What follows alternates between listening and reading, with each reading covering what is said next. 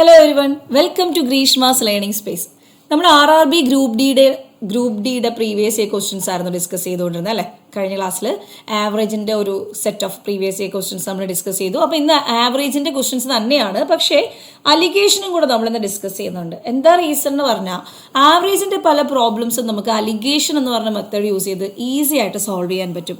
അപ്പോൾ ആവറേജും അലിഗേഷനൂടെ കമ്പൈൻഡ് ആയിട്ടുള്ള ഒരു സെക്ഷനാണ് ഇന്നെന്ന് വേണമെങ്കിൽ പറയാം. അപ്പോൾ ഗ്രൂപ്പ് ഡിയുടെ 2022 ചോദിച്ചിട്ടുള്ള കുറേ പ്രീവിയസ് ഇയർ ക്വസ്റ്റ്യൻസ് ആണ് നമ്മൾ ഇന്ന് ഡിസ്കസ് ചെയ്യാനായിട്ട് പോകുന്നത്. അപ്പോൾ സ്റ്റാർട്ട് ചെയ്യാം. നമ്മുടെ ഫസ്റ്റ് ക്വസ്റ്റ്യൻ ഇതാണ്. A class of 20 students took a science test. 8 students had an average score of 60. The remaining students had an average score of 40. The average score of the whole class is 20 സ്റ്റുഡൻസിനകത്ത് 8 സ്റ്റുഡൻസിൻ്റെ average തന്നിട്ടുണ്ട്. ബാക്കിയുള്ള 12 പേരല്ലേ, ബാക്കി 12 പേരല്ലേ, ആ 12 പേരുടെ ആവറേജും തന്നിട്ടുണ്ട്. അങ്ങനെയാണെങ്കിൽ total average എത്രയാണെന്നാണ് ചോദ്യം. ഞാൻ മലയാളത്തിലെ ക്വസ്റ്റ്യൻ എഴുതിയിട്ടുണ്ട്. 20 വിദ്യാർത്ഥികളിൽ 8 പേരുടെ ശരാശരി മാർക്ക് 60ഉം ബാക്കിയുള്ളവരുടെ ശരാശരി മാർക്ക് 40ഉം ആണെങ്കിൽ, അപ്പോൾ ശരാശരി മാർക്കുകൾ 60ഉം 40ഉം ആണ് അല്ലേ. 8 പേരുടെ ശരാശരി മാർക്ക് 60ഉം ബാക്കിയുള്ളവരുടേത് 40ഉം ആണ്. അങ്ങനെയാണെങ്കിൽ ആ ക്ലാസ്സിലെ മൊത്തത്തിലുള്ള ആവറേജ് എത്രയാണെന്നാണ് ചോദ്യം. ഇതിനെ രണ്ടിനെയും കൂടെ മിക്സ് ചെയ്യുമ്പോൾ ആവറേജ് എത്രയാണെന്നാണ് ചോദ്യം. ചോദ്യം ക്ലിയർ ആണല്ലോ. 60 ആവറേജും 40 ആവറേജും ഉള്ള കുറേ കുട്ടികളെ മിക്സ് ചെയ്യുമ്പോൾ ഉള്ള ആവറേജ് എത്രയാണെന്നാണ് ചോദ്യം. സോ മിക്സ് ചെയ്യുന്ന റേഷ്യോ എന്ന് പറഞ്ഞാൽ 60 എന്ന് വെച്ചാൽ 8 കുട്ടികളുടെ ആവറേജാണ്, 40 എന്ന് പറഞ്ഞാൽ 12 കുട്ടികളുടെ ആവറേജാണ്. ഓക്കെ ആണല്ലോ. 8 കുട്ടികളുടെ ആവറേജ് ആണ് 60, സോ അവിടെ 8 എഴുതി. 12 കുട്ടികളുടെ ആവറേജ് ആണ് 40, സോ അത് എഴുതി. ഇനി ഞാൻ ഈ 8ഉം 12ഉം ഒന്ന് കട്ട് ചെയ്ത് ചെറിയ റേഷ്യോ ആക്കാൻ പോവാണ്. 4 കൊണ്ട് നമുക്ക് കട്ട് ചെയ്യാം അല്ലേ. 2ഉം എന്ത് വരും, 6ഉം വരും, 4ഉം വരും അല്ലേ. 4 കൊണ്ട് കട്ട് ചെയ്യുന്നത് 3ഉം വരും. ഓക്കെ, 2ഉം 3ഉം വരും. അപ്പോൾ 8നെയും 12നെയും 4 കൊണ്ട് കട്ട് ചെയ്ത് 2:3 എന്ന് എഴുതി. ഇത്രയും ഓക്കെ ആണല്ലോ. ഇനി നിങ്ങൾ എന്താ ചെയ്യേണ്ടതെന്ന് വെച്ച് കഴിഞ്ഞാൽ ഇത് തങ്ങളെ മൾട്ടിപ്ലൈ ചെയ്തിട്ട് ആഡ് ചെയ്യണം. 60 × 2 120 പ്ലസ് 40 × 3 അഗെയിൻ 120 ഡിവൈഡഡ് ബൈ ഈ 2ഉം 3ഉം കൂടെ ആഡ് ചെയ്യുന്നത് 5. സോ 240 ഡിവൈഡഡ് ബൈ 5 എത്ര വരും, 48 വരും. സോ നമ്മുടെ ആൻസർ 48 ആണ്. ക്ലിയർ ആണല്ലോ. വളരെ സിമ്പിളാണ്. ഈ ഒരു മെത്തേഡ് യൂസ് ചെയ്ത് കഴിഞ്ഞാൽ വളരെ സിമ്പിളാണ്. ഒന്നുകൂടെ പറയാം. 60 ആവറേജ് ഉള്ളവരുടെയും 40 ആവറേജ് ഉള്ളവരെയും കൂടെ മിക്സ് ചെയ്യുമ്പോൾ ഉള്ള ആവറേജ് എത്രയാണെന്നാണ്. മിക്സ് ചെയ്യുന്നത് എങ്ങനെയാണ്, 2 പേരെയും 3 പേരെയും മിക്സ് ചെയ്യുന്ന രീതിയിലായല്ലേ. 8ഉം 12ഉം ആയിരുന്നു, 8 കുട്ടികളും ബാക്കി 12 കുട്ടികളും ആയിരുന്നു. അതിനൊന്ന് ചെറുതാക്കി കഴിഞ്ഞാൽ, ചെറുതാക്കിയാലേ നിങ്ങൾ ഈ 8 × 60ഉം 12 × 40ഉം ചെയ്യുമ്പോൾ കുറേ കൂടെ സമയം പോവും. അതുകൊണ്ടാണ് ഒന്ന് ചെറുതാക്കിയിട്ട് ചെയ്യാനായിട്ട് പറയുന്നത്. സോ 2 × 60ഉം 3 × 40ഉം 120 ആണല്ലേ. സോ 120 + 120 240 / 5 48. അപ്പോൾ നമ്മുടെ ആൻസർ 48 എന്ന് കിട്ടി. കറക്റ്റ് അല്ലേ. 40ഉം 48ഉം തമ്മിലുള്ള വ്യത്യാസം 8 ആണ്, 48ഉം 60ഉം തമ്മിലുള്ള വ്യത്യാസം 12 ആണ്. അലിഗേഷൻ എന്ന് പറഞ്ഞാൽ ആ ഒരു ഡിഫറൻസ് എടുക്കുന്ന പ്രോസസ്സാണ്. അപ്പോൾ അലിഗേഷൻ്റെ ബേസിക് ക്ലാസ്സുകളൊക്കെ ആവറേജിൻ്റെ സെക്ഷൻസിൽ തന്നെ ഞാൻ അപ്ലോഡ് ചെയ്തിട്ടുണ്ട്. ആവറേജിൻ്റെ ബേസിക് ക്ലാസ്സുകൾ ടൈപ്പ് 1, ടൈപ്പ് 2, ടൈപ്പ് 3 അങ്ങനെ പോയിട്ടുണ്ട് കേട്ടോ. യൂട്യൂബിൽ ഞാൻ ഓൾറെഡി അപ്ലോഡ് ചെയ്തിട്ടുണ്ട്. സോ എന്തെങ്കിലും ഡൗട്ട്സ് ഉള്ളവർ ആ ടൈപ്പ് 1, ടൈപ്പ് 2, ടൈപ്പ് 3 അങ്ങനത്തെ രീതിയിൽ ചെക്ക് ചെയ്യുക. അതിൽ അലിഗേഷൻ എന്ന് പറഞ്ഞ് ഹെഡിങ് കൊടുത്ത് തന്നെ ഒരു സെക്ഷൻ ചെയ്തിട്ടുണ്ട്, ആവറേജിൻ്റെ അലിഗേഷൻ എന്ന് പറയുന്നത് സെക്ഷൻ. അതിനകത്ത് നോക്കിക്കഴിഞ്ഞാൽ നിങ്ങൾക്കിത് കുറച്ചുകൂടി ക്ലിയർ ആവും. ഓക്കെ, അടുത്ത ചോദ്യം.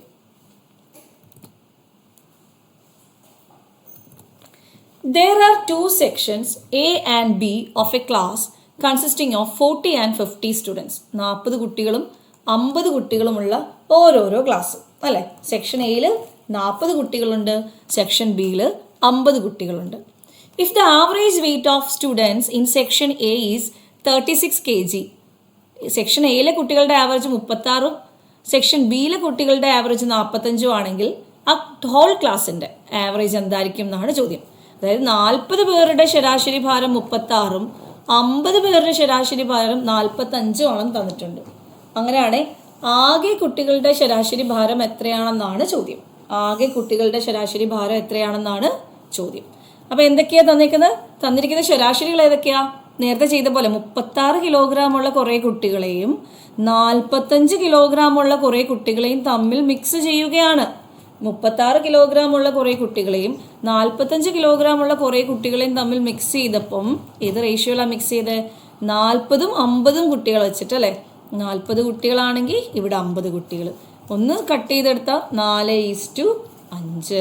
4:5. 36 ആവറേജ് ഉള്ളതും 45 ആവറേജ് ഉള്ളതും 4:5 റേഷ്യോയിലാണെങ്കിൽ നമ്മൾ എന്ത് ചെയ്യും? മൾട്ടിപ്ലൈ ചെയ്താൽ മതി അല്ലേ. 36 × 4 പ്ലസ് 45 × 5 ഡിവൈഡഡ് ബൈ 9 ചെയ്താൽ മതി. ഓക്കെ, ഇതാണ് അലിഗേഷൻ മെത്തേഡ്.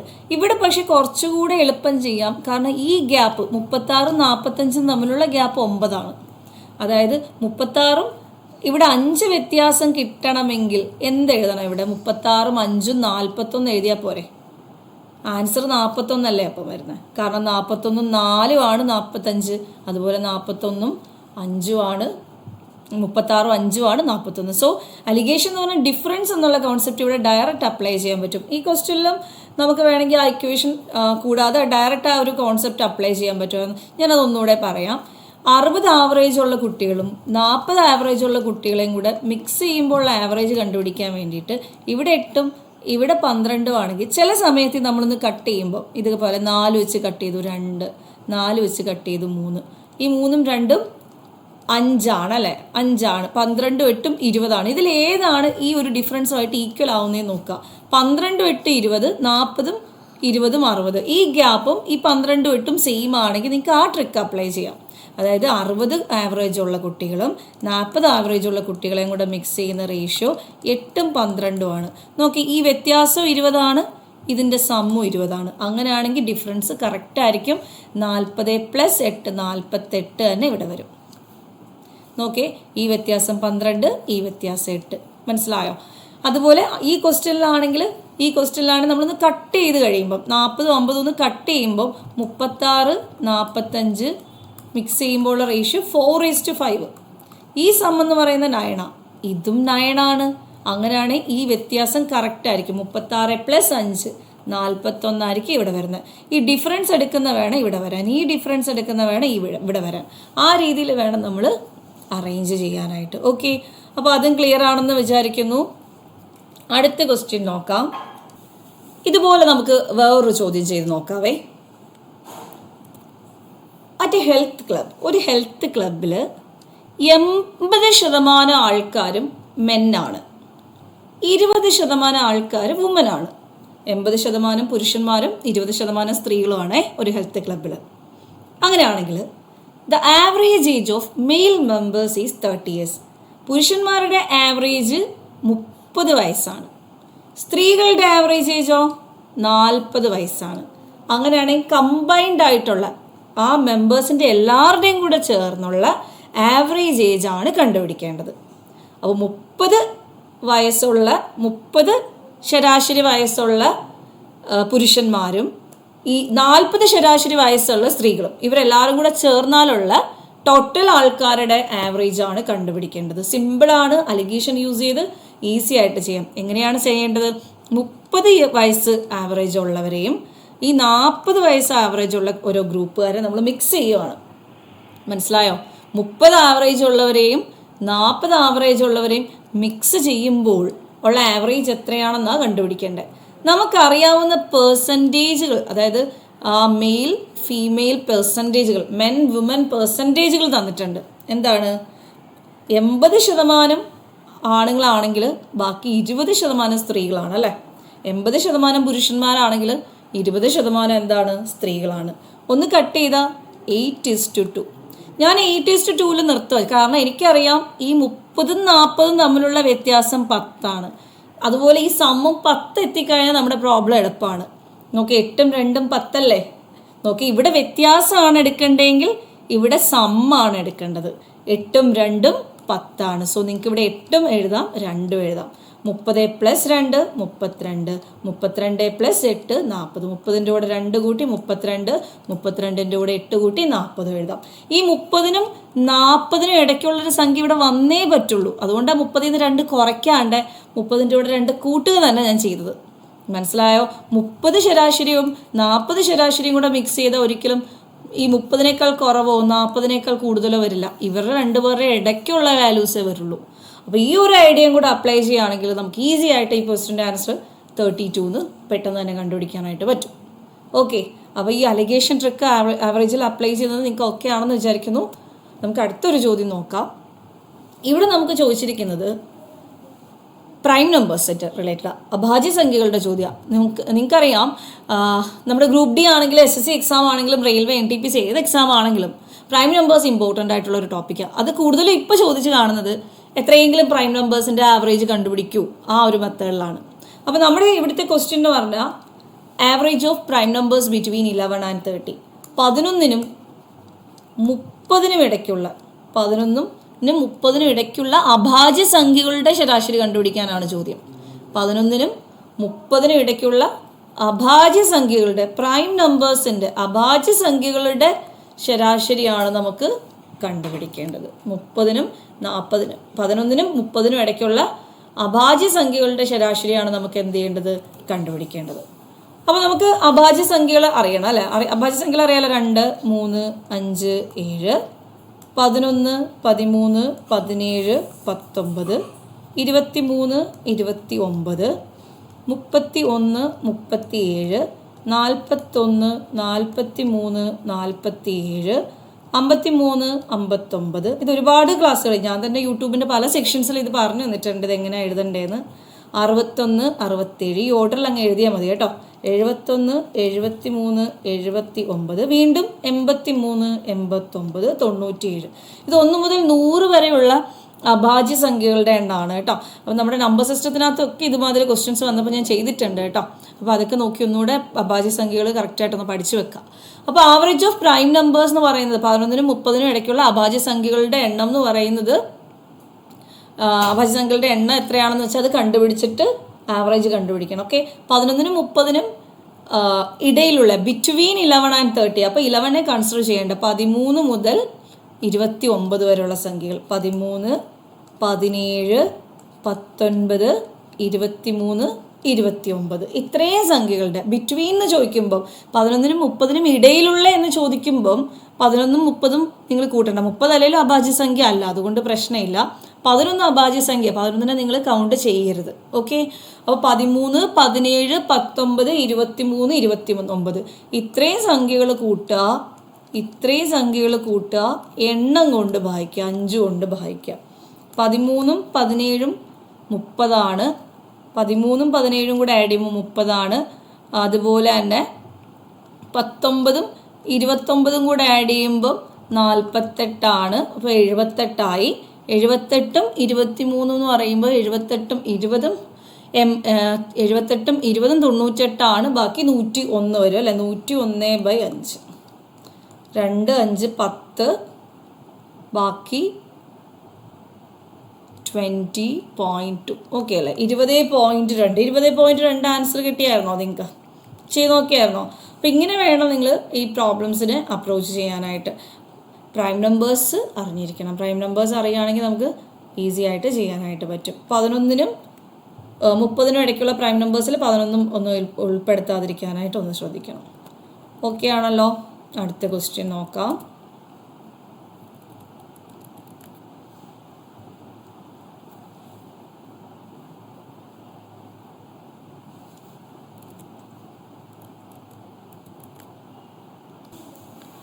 അടുത്ത ക്വസ്റ്റ്യൻ നോക്കാം.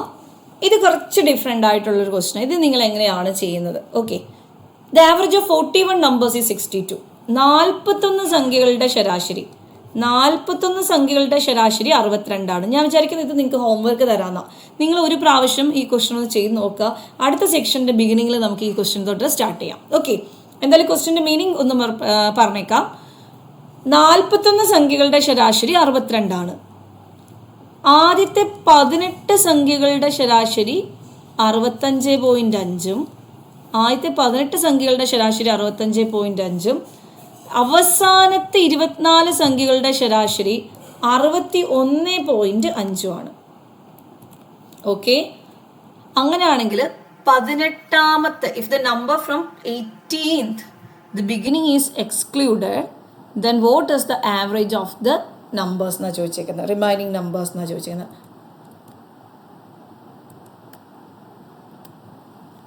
18th നമ്പറിനെ, ആ 18ാമത്തെ നമ്പറിനെ, ആ കോമൺ ആയിട്ട് വരുന്ന നമ്പർ, കാരണം കോമൺ ഉണ്ട് 18, 24 കൂടെ 41 നമ്പറല്ല, 42 നമ്പർ വരുന്നുണ്ട്. അതാണ് ഈ പ്രോബ്ലത്തിൻ്റെ ഒരു ലോജിക്ക് എന്ന് പറയുന്നത്. ആദ്യത്തെ 18 സംഖ്യകളിലും അവസാനത്തെ 24 സംഖ്യകളെന്ന് പറയുമ്പോൾ ഒരാൾ കോമൺ ഉണ്ട്.